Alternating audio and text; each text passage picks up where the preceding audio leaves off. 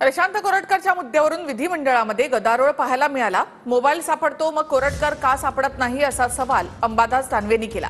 तर कोरटकर चिल्लर माणूस कारवाई करणार, पंडित नेहरूंनी छत्रपती शिवाजी महाराजांबद्दल जे लिहिलंय त्याचा निषेध करणार का असा प्रतिसवाल फडणवीसांनी विरोधकांना केलाय।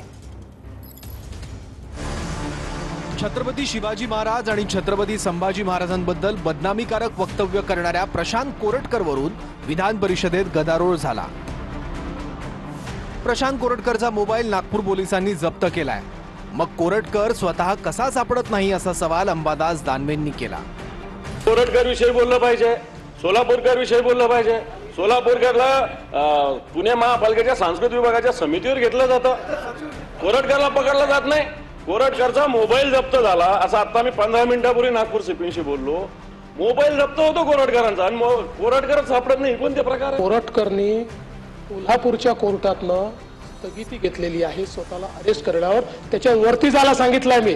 आणि मी तुम्हाला सांगतो कोरटकर वगैरे तर चिल्लर लोक आहे। प्रशांत कोरटकर वगैरे ते कारवाई करणारच नाही, मग त्याला ते कारण देणार आहे की तो चिल्लर आहे, तो रुपया आहे, तो बंदा आहे, तो 100 रुपयाचा आहे, तो 500 रुपयाचा आहे, कारण देणार।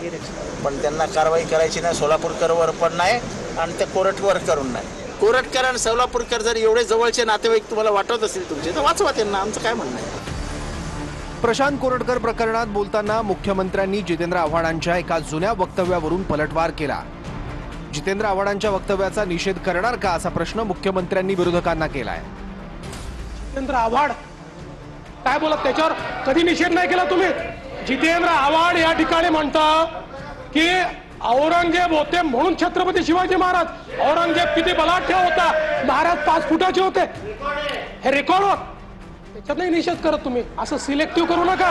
वक्तव्य त्यांनी दाखवावं, संदर्भासहित दाखवावं, महाराष्ट्राची माफी मागेल। आज मी त्यांना आव्हान देतो की संदर्भासहित माझं वक्तव्य दाखवावं, सिलेक्टिव्ह असू नये। मुख्यमंत्री फडणवीसांनी पंडित नेहरूंच्या डिस्कवरी ऑफ इंडिया या पुस्तकावरूनही विरोधकांना सवाल केले। पंडित नेहरूंनी शिवाजी महाराजांबद्दल जे लिहिलंय त्याचा निषेध करणार का असंही फडणवीस म्हणाले। पंडित जवाहरलाल नेहरूंनी छत्रपती शिवाजी महाराजांच्या बद्दल जे डिस्कवरी ऑफ इंडिया मध्ये लिहिलं त्याचा निषेध करणार आहात का? आहे हिम्मत? आहे का हिम्मत? अरे आहे का हिम्मत? आहे का हिम्मत? आहे हिम्मत तुमच्यामध्ये? अरे आम्ही या ठिकाणी खऱ्या अर्थानं छत्रपती शिवाजी महाराजांचा अवमान या ठिकाणी सहन करणार नाही। अरे देश धर्म पर मिटने वाला शेर शिवा का छावा था, महापराक्रमी परम प्रतापी एक ही शंभू राजा था।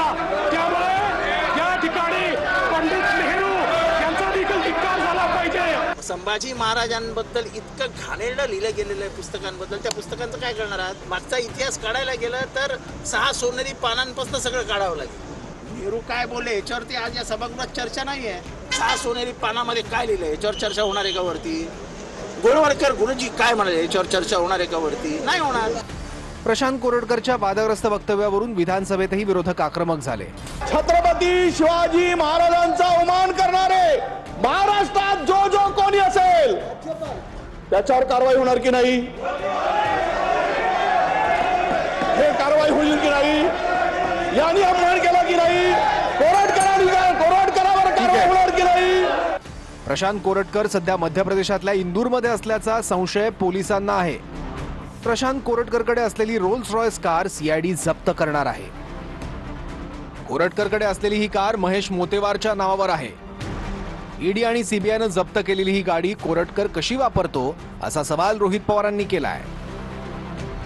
10 कोटीची रोल्स रॉयस आहे। आता ही रोल्स रॉयस कोणाची?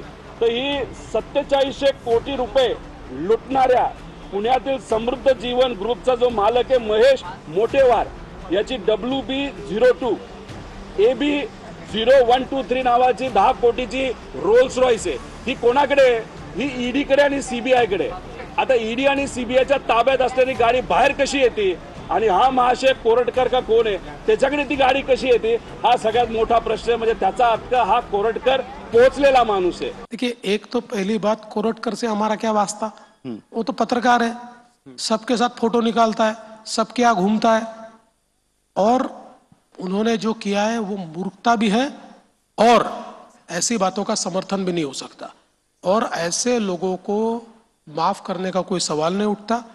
ठीक है, उन्होंने अभी कोर्ट वोट से कोई ऑर्डर लिया होगा, हम ऊपर के कोर्ट में जाएंगे, लेकिन इस बात के लिए उनको दंडित किया जाए।